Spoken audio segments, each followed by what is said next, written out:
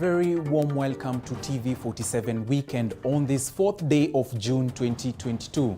We have a lot that's lined up for you, but first let's have a look at the highlights.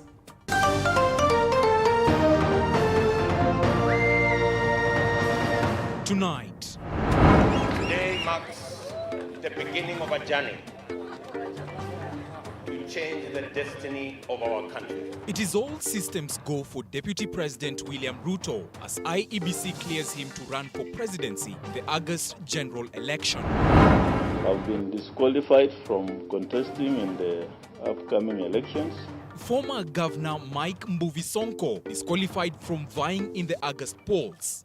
3 aspirants who have been removed from public office through impeachment are disqualified from contesting in the elections. IEBC cites his impeachment as Nairobi governor as the reason behind the acts. Bodies of 4 people who are buried alive in Githunguri, Kiambu County, retrieved a day after the incident.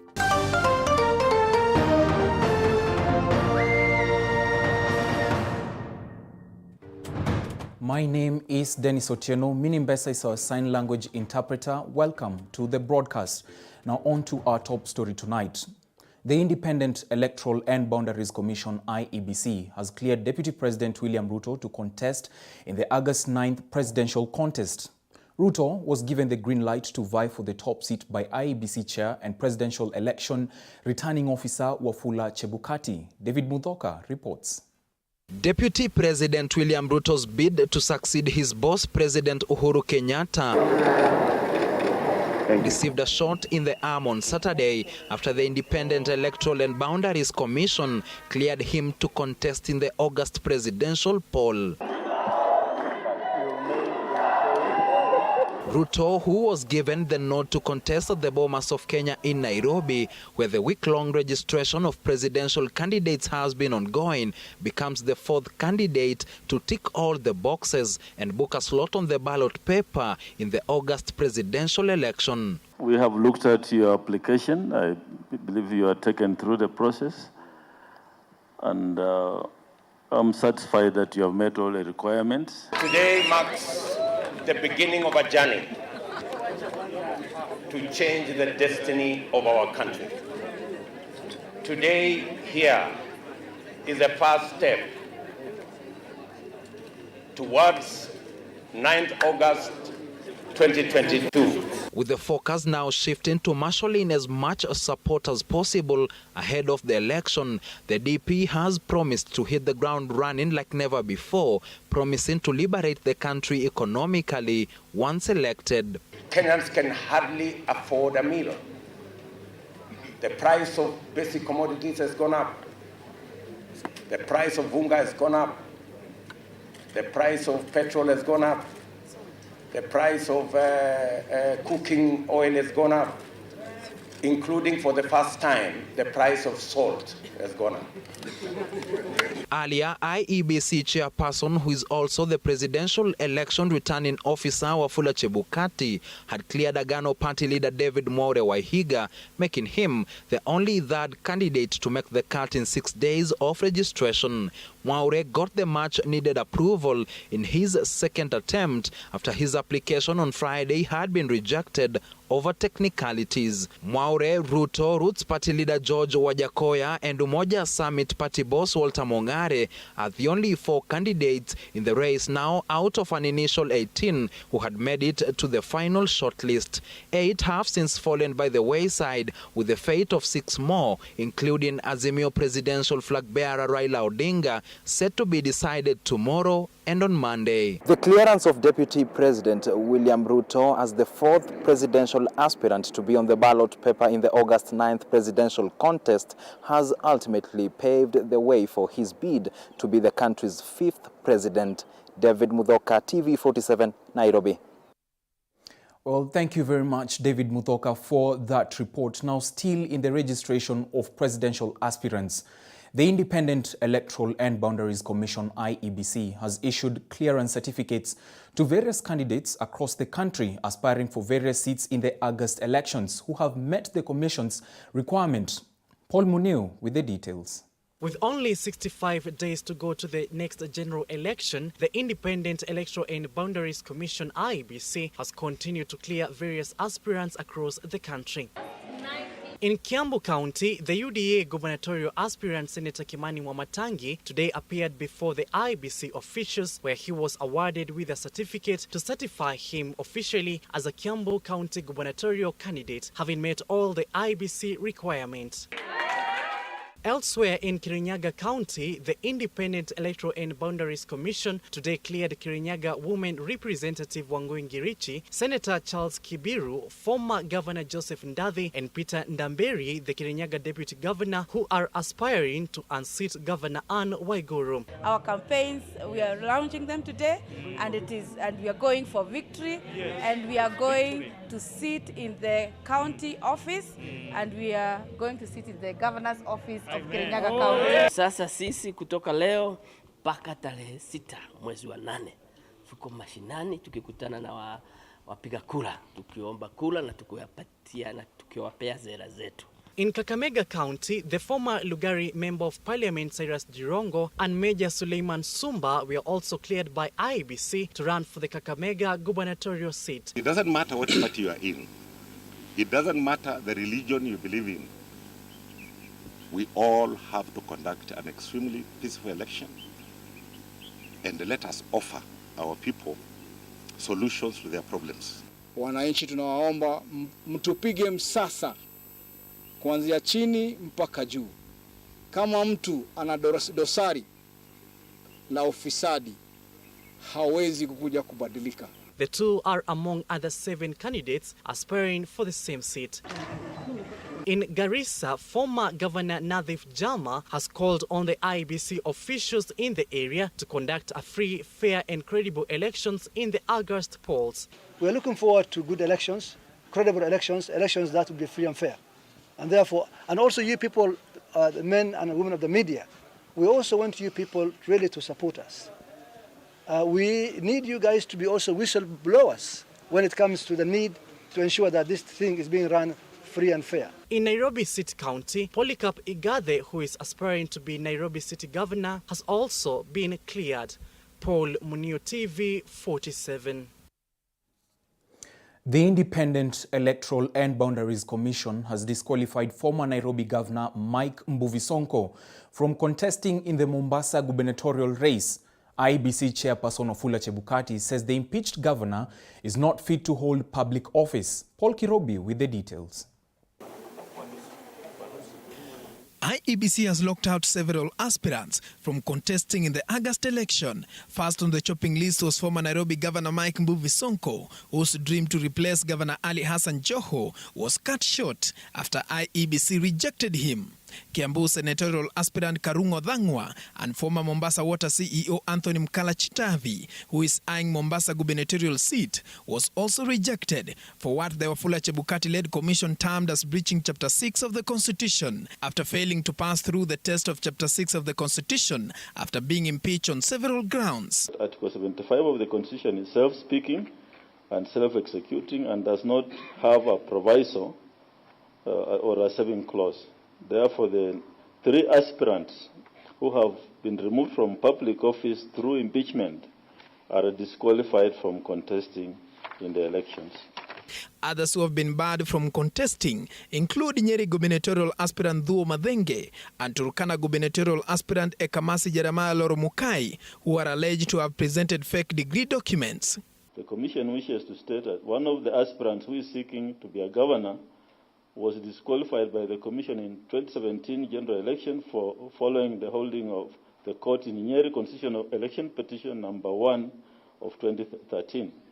The Wafula Chebukati-led commission also shut down the political ambitions of those public officers who failed to resign on the 9th of February, as required by the law. The report of 166 public officers did not resign was presented before the commission. The commission directs that an aspirant who previously held office or served as a public officer but did not resign by 9 February 2022 is disqualified from contesting as a candidate in the elections. However, aspirants who have active cases in court or their cases are under investigation will be allowed to vie. They include Homa Bay gubernatorial aspirant Evans Kidero, Garissa Governor Ali Korane, Dado Godana of Tana River, former Isiolo Governor Godana Doyo, Kirinyaga Governor Anne Waiguru, Onesmus Mudhomi Njuki of Tharaka Nithi, Governor Fahim Twaha, former Nyandarua Governor Mwangi Daniel Waithaka, and presidential aspirant Justice Zacchaeus Onyango Juma. Under convictions of crimes, economic crimes offense, but not pursuing appeal and barred from holding public office. We have an MCA aspirant by the name of David Njiri Mberia of Karen Ward. The judiciary led by Chief Justice Martha Koome has constituted a 3-judge bench to determine whether persons with questionable integrity should be allowed to contest. Paul Kirobi, TV47, Nairobi. Meanwhile, Deputy President and the Kenya Kwanza presidential candidate William Ruto today took his campaigns to Nairobi's Kamkunji area. The second in command promised to better the lives of Kenyans if elected president. Ruto addressed Nairobi residents moments after he was cleared to vie by IEBC. Wangi Maina takes us through Ruto's campaign trail in Nairobi. A humongous and a charged crowd waited patiently for Deputy President William Ruto, his running mate Rigathi Gachagua and the Kenya Kwanza Coalition Brigade for a major rally at the historic Kamukunji grounds. The Kenya Kwanza team told Kenyans that a journey to a new Kenya has officially kicked off by sounding the economic liberation whistle. Hapa ndio tulikuwa na first liberation. Hapa ndio tulikuwa na second liberation. Na leo tuko hapa on a mission for economic liberation of Kenya. Liberation ambayo itabadilisha maisha ya mwananchi wa kawaida. Uchaguzi wa tarehe 9 mwezi wa 8 ni uchaguzi wa kubadilisha uchumi. Ni uchaguzi wa kulete gharama ya maisha iteremke chini. Ni kura mtapiga ya kuteremsha bei ya unga. Ndio siku ya kwanza katika safari ya kuzika madharau Kenya hii. Wale watu ambao wanafikiria tulikuja hapa duniani kuwatumikia, safari yao inakatika leo. William Ruto lashed out at his critics, saying the clearance by the IEBC is a testament that millions of Kenyans from disadvantaged backgrounds can make it to the top and dine with the high and mighty, irrespective of their backgrounds, only if they are determined to achieve their goals and dreams. Leo jina ya hasla imewekwa kwa debe na IEBC. Mimi nataka niwatangazie, leo ni siku ya muhimu sana katika taifa letu la Kenya. Kila mama katika taifa letu la Kenya anaweza kuamini mtoto wake, hata kama ni mama maskini, anajua siku moja mtoto wake anakuwa rais wa Jamhuri ya Kenya. The second in command told off his critics for consistently misleading Kenyans, saying that the Azimio la Umoja narrative that depicts Kenyans only having 3 problems, among them diseases, poverty and ignorance, as misplaced. Shida ya Kenya ni kwamba tuko na model ya uchumi inaitwa trickle down. Inatengeneza matajiri wachache na watu mahasla wengi. Tunawaambia suluhisho iko Kenya Kwanza. Suluhisho iko katika bottom up. Ruto says that his government will do away with the capital-intensive borrowing, but instead create a conducive environment for local and foreign investors to thrive in the country, thereby creating a ripple effect on the economy. We will no longer borrow. We will stop the borrowing spree, and instead we will ask our friends to invest in our country, because we will create the environment for them to invest in our country. Yani tukilipa madeni ya nje tulikopa dola ikiwa shilingi 100, lakini sasa tukilipa tunalipa na shilingi 20 juu yake. Wametuhadaa ama hawajatuhadaa? The Kenya Kwanza flag bearer has promised that his government will slash the monthly NHIF insurance from 500 Kenya shillings to 250 Kenya shillings to ensure affordable healthcare, lower farm inputs to encourage more food production, as well as collaborate with developers and homeowners for Nairobians to pay mortgages instead of monthly rent. After he was given the green light by the Independent Electoral Boundaries Commission IEBC, the first major rally for the Kenya Kwanza coalition has been here at the Kamukoji grounds, where Deputy President William Ruto has outlined the Kenya Kwanza manifesto, majorly seen as a reincarnation of the Jubilee Bid for agenda, but to be implemented in another model altogether. Mwangi Maina, TV47, Nairobi. Well, thank you, Mwangi Maina, for that report. Now from Nairobi all the way to Narok, where Wiper leader Kalonzo Musyoka today took the Azimio One Kenya campaigns to Narok County, where he continued to drum up support for Azimio flag bearer Raila Odinga's presidential bid. And as Elizabeth Mutuku reports, Raila is expected to launch his manifesto on Monday, with Azimio leader set to appear before the IEBC tomorrow for clearance. Wiper leader Kalonzo Musyoka took the Azimio One Kenya campaigns to Narok County, where he continued to drum up support for the Azimio flag bearer Raila Odinga. Leo naona tupindue tu tumuongeze dada Wangari Karua. Iwe ni Raila na Karua na Kalonzo akiwasaidia, tutapita na ile kura haijaonekana Kenya hii. Mimi naona leo ndugu yangu Chebukati amekinya mtu ya kwao. Mheshimiwa Waluke akasema yeye anafaa kusimama, lakini Sonko afai kusimama.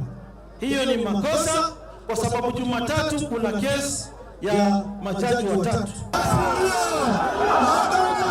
Kalonzo at the same time castigated the security agencies for killing innocent Kenyans in Masimba, Kajiado County, urging the government to take stern action against the perpetrators. Hivyo basi hiyo mimi nakubaliana, na lazima askari polisi wetu wajue kwamba sheria inayolinda nchi hii ni katiba ya 2010. Na kila mwananchi ako na haki zake za kimsingi. Azimio Secretariat spokesperson Professor Makau Mutua says they are optimistic that Raila will be cleared by the IEBC. We are going to present our papers to the IEBC, and I just wanted to say something about that ticket. The ticket of the Right Honourable Raila Odinga and Senior Counsel Martha Karua, his running mate, is a historic ticket. It's a ticket that's inspired, and it's a ticket that's transformational. According to Mutua, Azimio flag bearer will launch his manifesto on Monday next week, promising Kenyans of rich manifesto that addresses their needs. Vote for the person who's going to stand with you. Vote for the person who has stood with you. Vote for the person who has always fought for you. And that person, of course, is Raila Amolo Odinga and the Right Honourable Martha Karua. Thank you so much. Elsewhere, Defence Cabinet Secretary Eugene Wamalwa has chided the Kenya Kwanza Brigade, saying they lack clear vision for the country. According to Wamalwa, Kenyans are only safe in Raila's hands.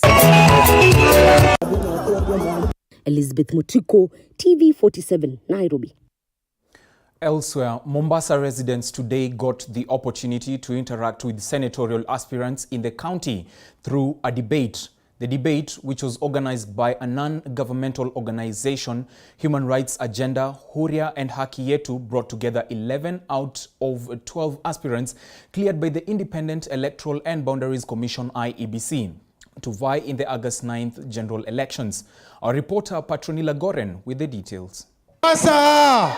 The 11 senatorial aspirants presented themselves before the Mombasa residents, ready to debate on the issues they will address if elected in the August election. Munasikia tumbo linawaka moto. The 11 were given an opportunity to present their manifestos to the members of the public, as well as elaborate on key aspects they will individually tackle in relation to leadership and governance. I will make sure that we bring back civil society onto the table, we bring back private sector and the business community to participate fully in governance, development, and social aspects of the city of Mombasa. Accountability starts with the grassroots.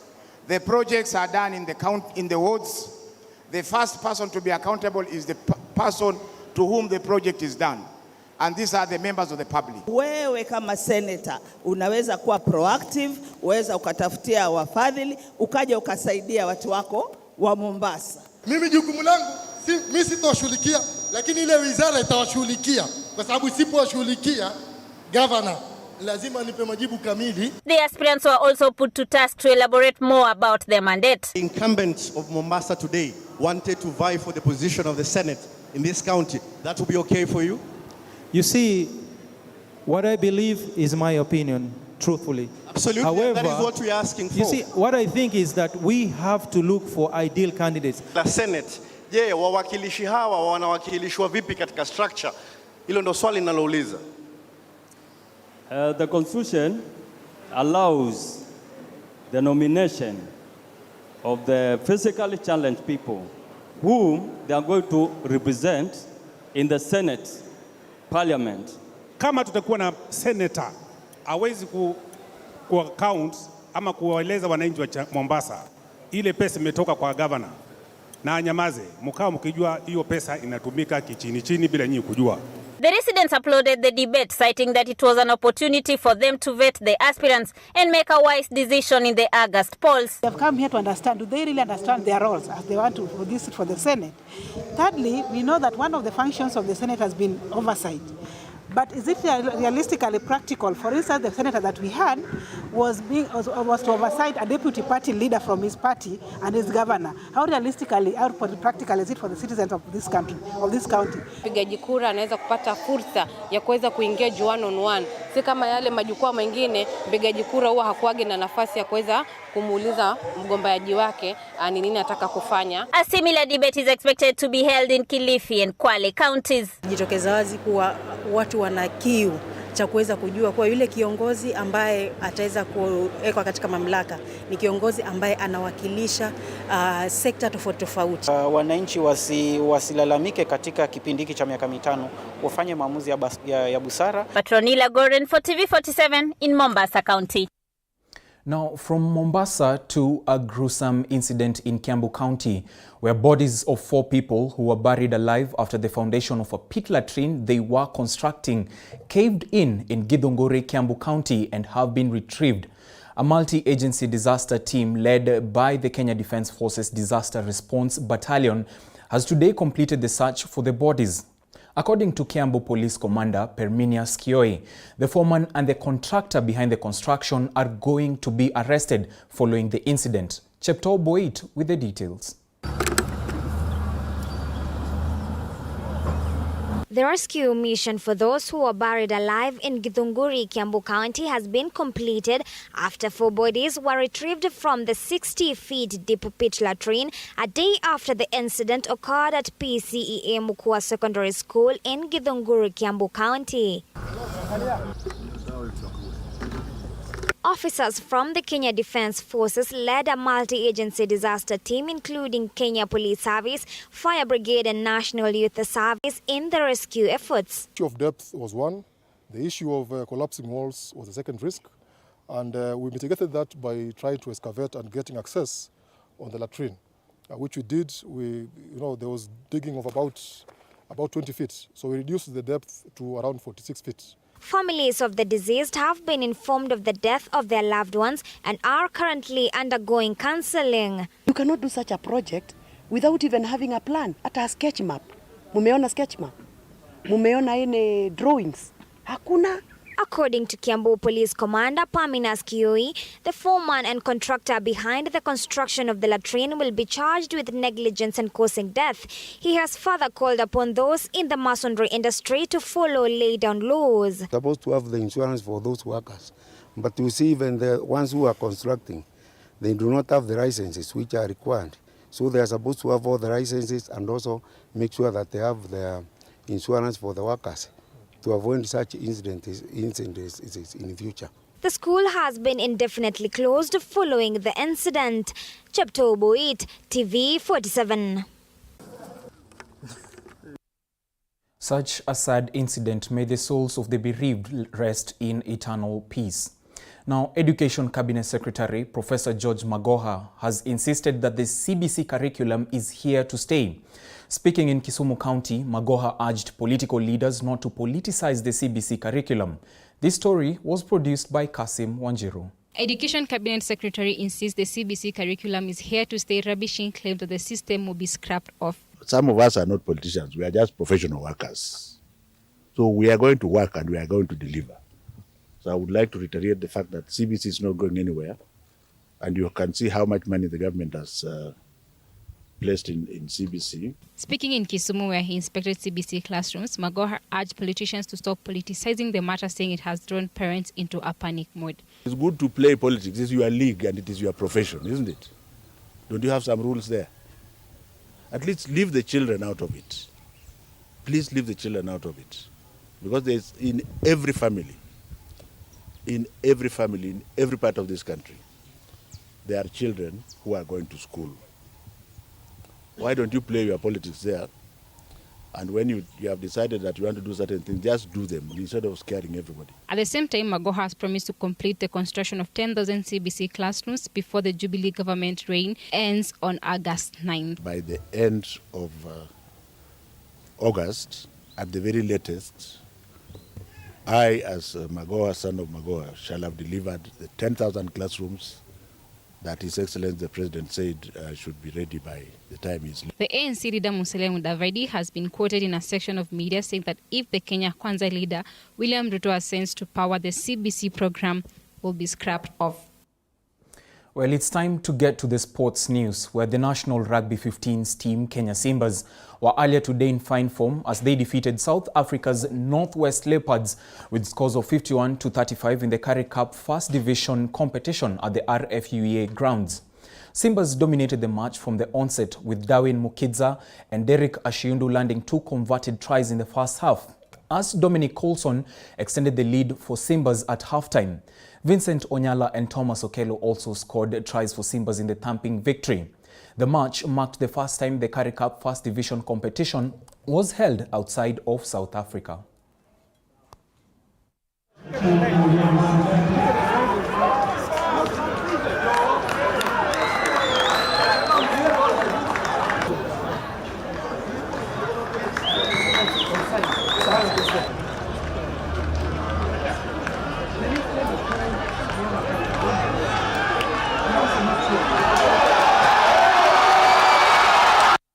Congratulations to Team Kenya for securing that thumping victory. Now, Bundu Fundi's team driver Sean Avery and Kenya Forest Service Board Chair Peter Kenywa were earlier today crowned as the winners of the 2022 Rhino Charge competition for covering the shortest off-road terrain and contributing the most funds respectively in the event that was held at the Musiro farm in Kajiado County. Avery, driving car number 38, traversed the challenging rocky terrain to cover a distance of 24.72 kilometers ahead of Gray Cullen, who covered 25.54 kilometers, while Philip Wanton finished third after covering 26.09 kilometers. Meanwhile, KFS Board Chair Kenywa and his team won the highest contributor accolade after fundraising 39 million shillings during the event, where 55 teams participated and combined to raise 150 million shillings that will be channeled towards the conservation of the environment. The 4x4 off-road events culminated Saturday morning, with the prize-giving day being held earlier today. Need also as Rhino Arc, and the chargers need to push on this so that we start working other water towers outside of those that are in central Kenya. And I believe this is a big step that we're taking as Rhino Arc, and we're going to continue needing support so that we can also start fencing those water towers. I really want to thank the Rhino Arc team for an amazing course that they have done, and for this conservation and raising over 150 million shillings to help preserve our Kenyan forests and our biodiversity in Kenya. And we as a company, Lordship Africa, very much supporting that. We support forests and natural forests within Kenya. And our projects that we do, real estate projects like 88 Nairobi, they're very eco-friendly. Stephen Okola scored a powerful second-half header to help Sofapaka secure a 1-0 victory against Bandari FC as they dented Sofapaka's hopes of going level on points with FKF Premier League leaders Tusker FC in match week 32 of the competition at the Mbaraki Sports Club. The KG match saw Okola break the deadlock in the 48th minute to hand Sofapaka the victory as they climbed up to the 6th position on the league standings with 46 points. With only one match week left to play this season, a victory for Bandari FC would have seen them go joint top with Tusker and Kakamega Homeboys on 57 points. Elsewhere, Ulinzi Stars edged Kariobangi Sharks with a 1-0 victory.